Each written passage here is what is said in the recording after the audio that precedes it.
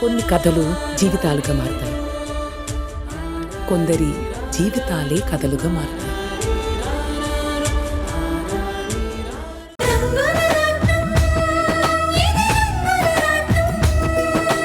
మీరు కూడా రండి.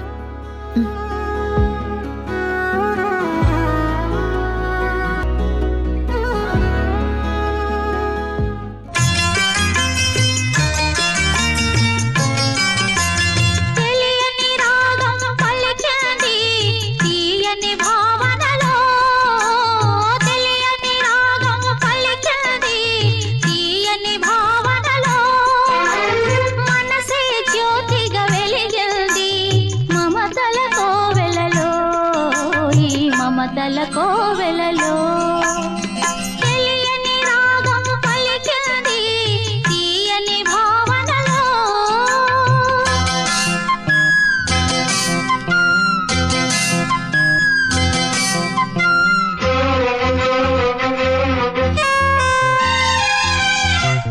శివ నావాడు కావాలి, శివ నావాడు కావాలి, శివ నావాడు కావాలి, శివ నావాడు కావాలి, శివ నావాడు కావాలి.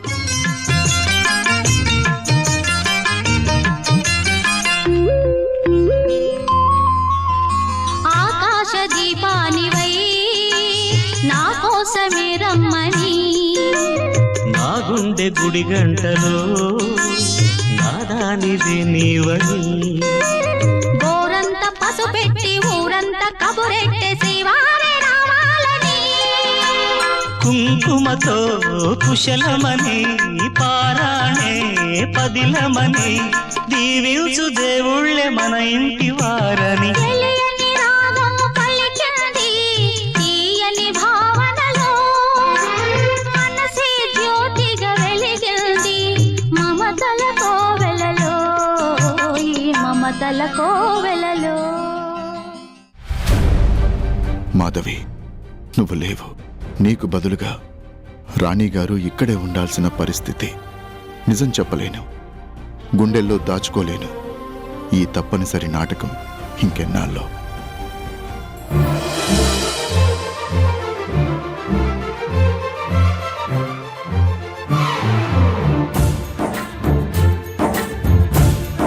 శివ నావాడు కావాలి, శివ నావాడు కావాలి, శివ నావాడు కావాలి.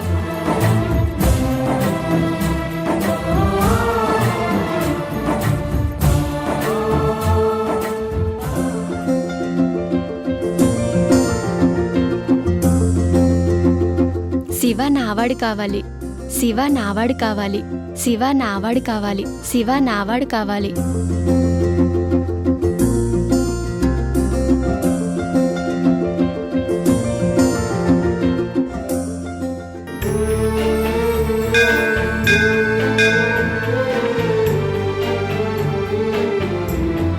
అర్చన చేయించండి పూజారి గారు. అలాగేనమ్మా. గోత్రనామాలు చెప్పండి అమ్మా.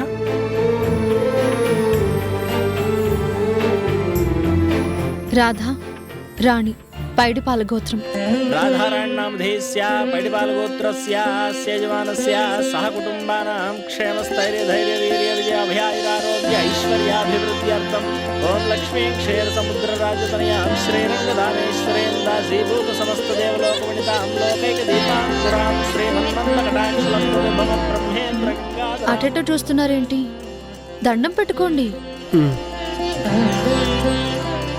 వాం త్రైలోక్య కుటుంబినీం సరసిజాం వందే ముకుంద ప్రియాం వనస్పత్యుర్భవేర్దివ్యే నానాగంధైః సుసంయుతః అగ్రే సర్వదేవానాం ధూపోయం ప్రతిగృహ్యతాం ధూపమాగ్రాప్యామి దీపం దర్శయామి నైవేద్యం నివేదయామి.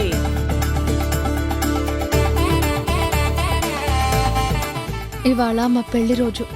నా భర్తతో కలిసి ఇలా జంటగా దర్శనం చేసుకోవడం నిజంగా నా అదృష్టమే అనుకుంటాను. ఓం సమ్రాజం చిద్రాజం చావిశ్రేర్యాచనో గృహే లక్ష్మీరాష్ట్రస్యాం కేతయామాసం సృజాంసి ఆనంద కర్పూర మంగళ దివ్య నీరాజనం దర్శయామి.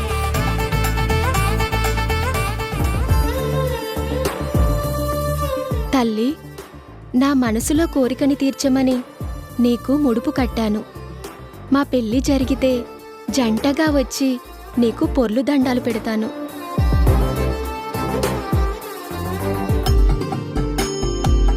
ఓం మానో హిగుంసేజ్జాతవేదో గామశ్వం పురుషం జగతో అవిభ్రదగ్నాగహి శ్రియామా పరిపాతయా ఆనందకర్పూరమంగళ దివ్య నీరాజనం దర్శయామి నమస్కరోమి సరాజా వరుణోద్ రాజః నక్షత్రాణాగుం శతవసగ్వశిష్టః తౌ దేవేభ్యః ప్రణుతో దీర్ఘమాయుః.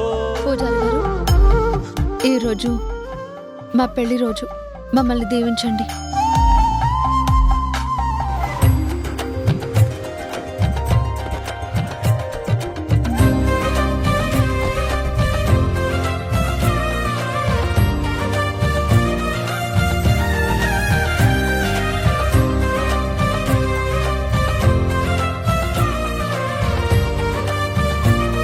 దీర్ఘ సుమంగళీ భవ, మనోవాంఛా ఫలసిద్ధిరస్తు, అన్యోన్య దాంపత్యాభివృద్ధిరస్తు, శతమానం భవతి శతాయ పురుష శతేంద్రియ ఆయుష్యేవేంద్రియే ప్రతిష్టతి.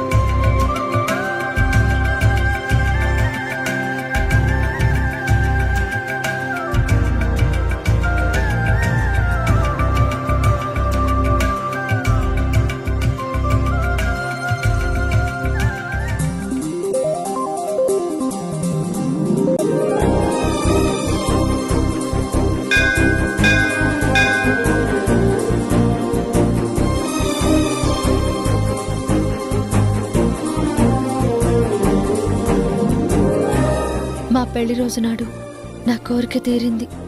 నా రాధాకి గతం గుర్తొస్తే నా జన్మ ధన్యమవుతుంది.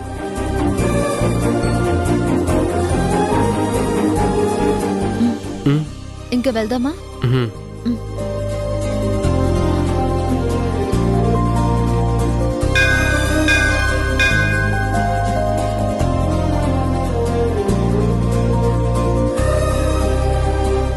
కూర్చోండి.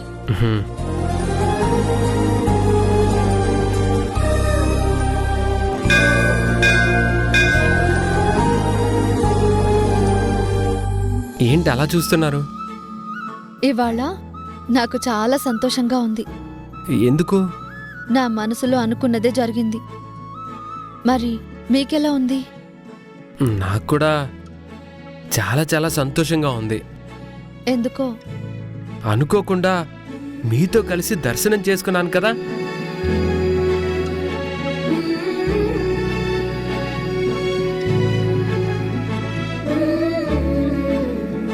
కొబ్బరి కొట్టివ్వండి.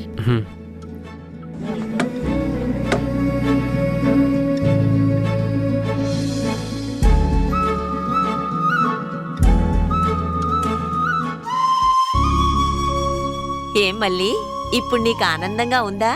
కొంచెం. అనుకున్నది జరిగితే మొత్తం.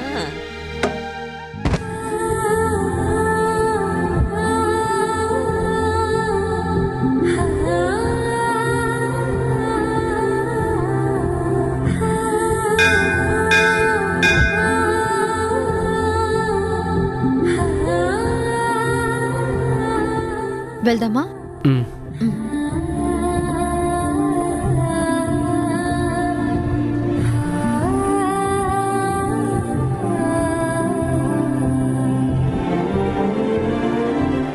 రాణిగారు, దర్శనం బాగా జరిగిందా? వెళ్దాం పదండి.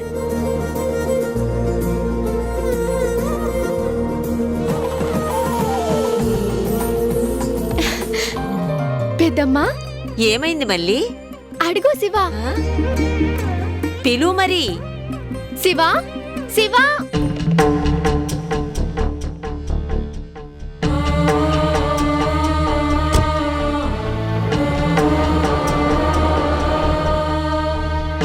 శివా, శివా,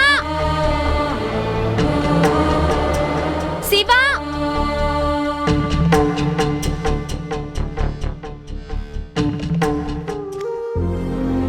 అయ్యో, నేను ముడుపు కట్టిన గుడికే శివా కూడా వచ్చాడా? చూసి నేను పలకరించేలోగానే వెళ్ళిపోయాడే.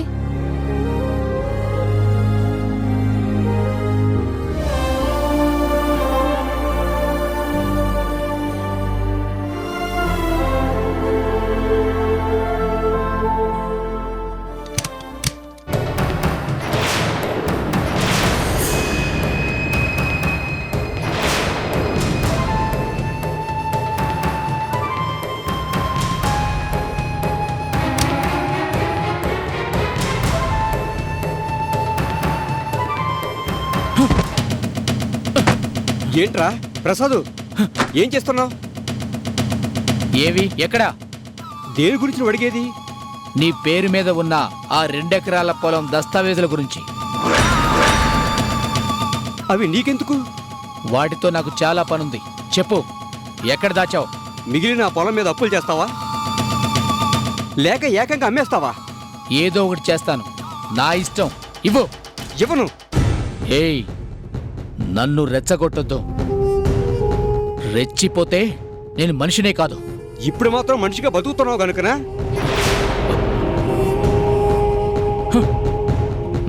చంపేస్తాను, జాగ్రత్త. నువ్వు ఏదో రోజు ఇంతగా తెగిస్తావని తెలిస్తే నేను ముందుగానే జాగ్రత్త పడ్డాను. అంటే ఆ పొలాన్ని అమ్మేశావా? అమ్ముకుంటూ తినడం నీ బుద్ధి, భద్రంగా ఉంచడం నా బాధ్యత. అంటే ఏం చేసావు పొలాన్ని?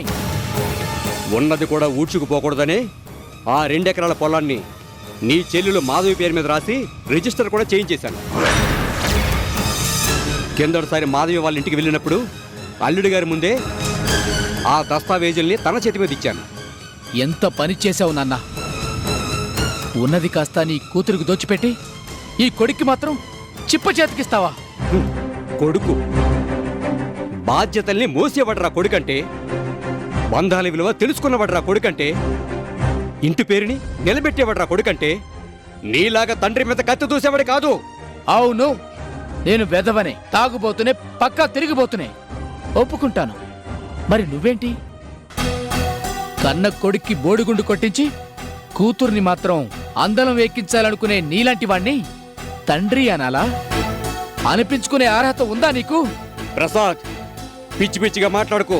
ఏ ఉన్న మాట అంటే రోషం పొడుచుకొస్తుందా? నాతో ఒక్క మాట కూడా చెప్పకుండా ఇదంతా చేశావంటే నీ కొడుకు చచ్చాడనుకున్నావా?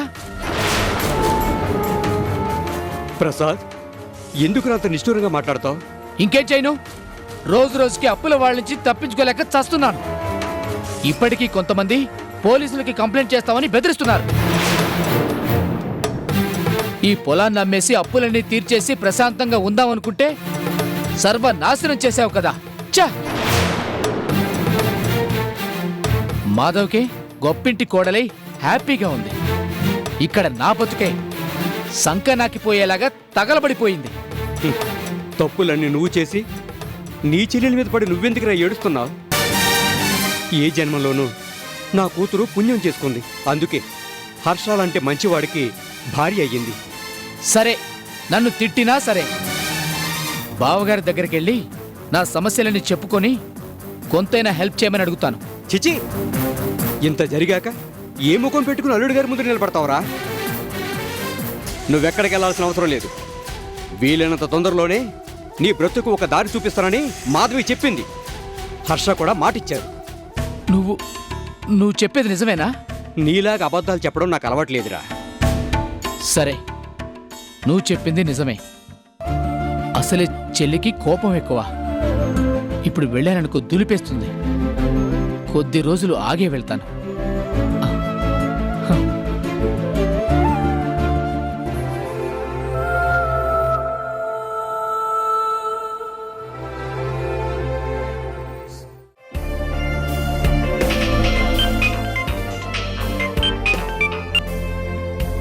హర్ష సార్, చెప్పండి సార్. ఈ అకౌంట్స్ ఏవైతే కాఫీ తీసుకోండి. ఒక్క నిమిషం లైన్లో ఉండండి. అలాగే సార్. ఇంతకు ముందే కలెక్టర్ గారి పిఏ కాల్ చేశారు. అవునా? ఏంటి విషయం? కలెక్టర్ గారు ఈరోజు మన ఇంటికి భోజనానికి వస్తున్నారు. నా తమ్ముడు గోపిని 7 ఏళ్ల తర్వాత చూడబోతున్నాను. మరో ముఖ్యమైన విషయం, ఏంటండి? కలెక్టర్ గారు ఈరోజే మన క్వారీ ఎక్స్పెన్షన్ ఫైల్ మీద సంతకం చేయబోతున్నారు. ఎంత మంచి మాట చెప్పారండి. అవును, మన కోసం ఎంతో సహాయం చేయాలనుకుంటున్న గోపీకృష్ణ గారికి కమ్మని భోజనం పెట్టాలి. ఏమేం స్పెషల్స్ చేస్తారో మీ ఇష్టం. అర్థమైందండి. కిందటిసారి మిస్ అయ్యాను. ఈసారి మాత్రం కలెక్టర్ గారికి నేనే దగ్గరుండి అన్నీ వడ్డిస్తాను. Very good. మీ వంట పనులన్నీ ఇప్పుడే మొదలు పెట్టండి. అలాగే. కాఫీ తీసుకోండి.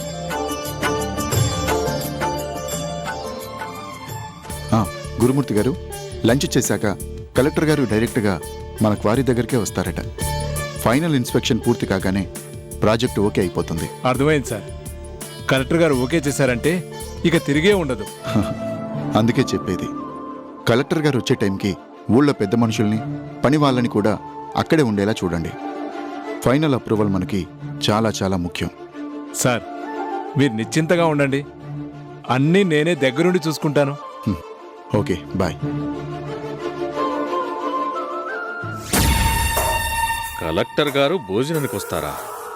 ఈరోజే ఫైల్ మీద సంతకం పెడతారా? ఇదంతా ఎలా జరుగుతుందో నేను చూస్తాను.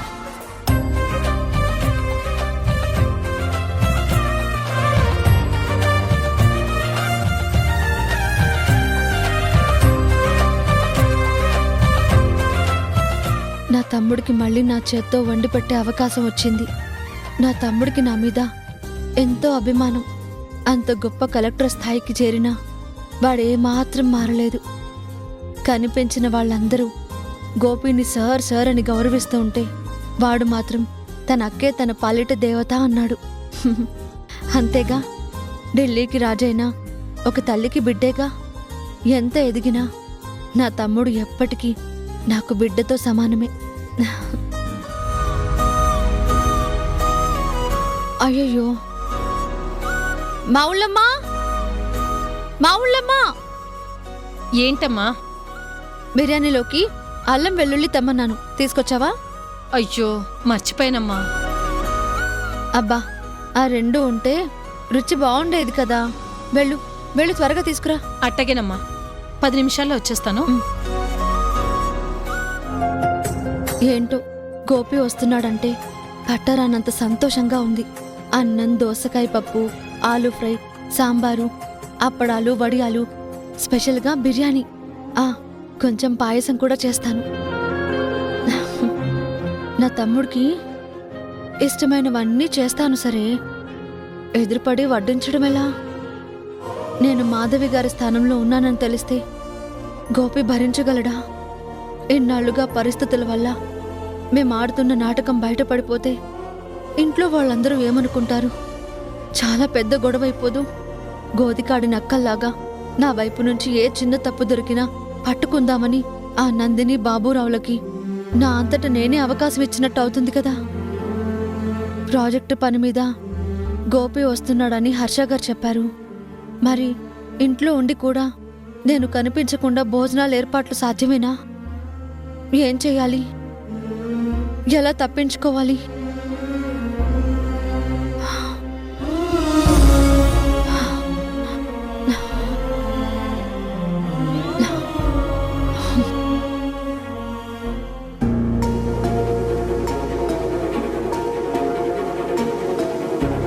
అల్లుడు, నాకు తెలియకుండా, నాతో చెప్పకుండా ఆ కలెక్టర్తో మంచిగా ఉంటూ గొప్పోడివైపోవాలని చూస్తున్నావా?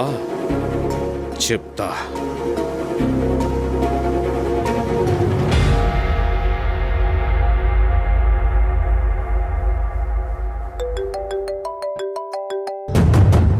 ఏంటి బాబురావు?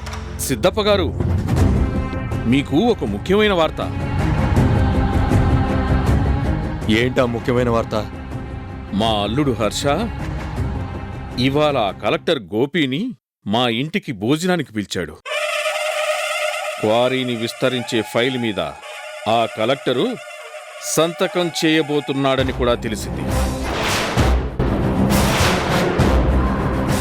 బాబురావు, ఎట్టి పరిస్థితుల్లోనూ అలా జరగడానికి వీల్లేదు. అదే గనక జరిగితే ఆ హర్ష నాకు మాత్రమే కాదు, ఎవ్వరికీ అందనంత ఎత్తుకెదిగిపోతాడు. తెలుసు. అలా జరగకుండా ఏదైనా ప్లాన్ చేస్తారని ఈ విషయాన్ని మీకు చెప్తున్నాను. Thank you. ఇప్పుడు ఏం చెయ్యాలో నేను డిసైడ్ చేస్తాను.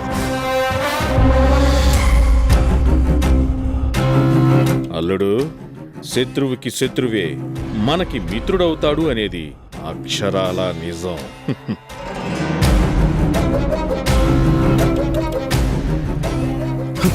డాడీ, నీతులు చెప్పి ఆ కలెక్టర్ గోపి హర్షకి అమ్ముడుపోయాడన్నమాట. వాడి అంతు చూస్తాను. విశాల్, ఇప్పుడు మనం ఆలోచించాల్సింది ఆ కలెక్టర్ గురించి కాదు, మన శత్రువు హర్ష గురించి. అవునవును, ముఖాముఖి యుద్ధం చేయలేకపోతే వెన్నుపోటు పొడవడమే కరెక్ట్. మన దాసు చెప్పింది విన్నావుగా, నేను రంగంలోకి దిగితే ఎవరికైనా అనుమానం వస్తుంది. విశాల్, నువ్వేం చేస్తావో నాకు తెలీదు. 600 సరే ఆ హర్ష గెలవకూడదు. కలెక్టర్ గోపి ఆ క్వారీ ఫైల్ మీద సంతకం పెట్టడానికి వీల్లేదు. అర్థమైంది డాడీ. మన వాళ్ళని తీసుకెళ్ళి ఆ హర్షకి నేనే స్పాట్ పెట్టేస్తాను. ఆ హర్ష చావకూడదు, చచ్చిన శవంలో బ్రతికే ఉండాలి. ఏం జరిగిందో ఎలా జరిగిందో కూడా ఎవ్వరికీ అర్థం కాకుండా మన పథకాన్ని అమలు చేయాలి. ఓకే డాడీ, మీ ప్లాన్ ఏంటో చెప్పండి. పక్కాగా నేను అమలు చేస్తాను. రాయ్ రండి. సరే, జాగ్రత్తగా వినండి. ఆ హర్ష క్వారీ దగ్గర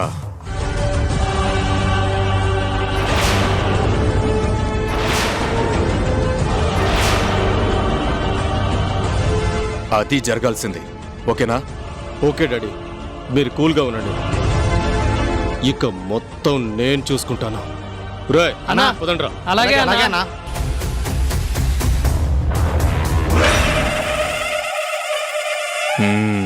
ది గ్రేట్ జమీందారీ కుటుంబంలో ఈ దెబ్బతో భూకంపం పుట్టినట్టే. సిద్ధప్ప, సింహవరపు సిద్ధప్ప.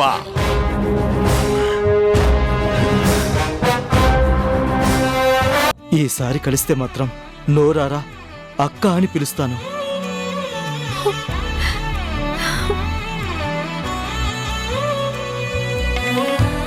తమ్ముడు,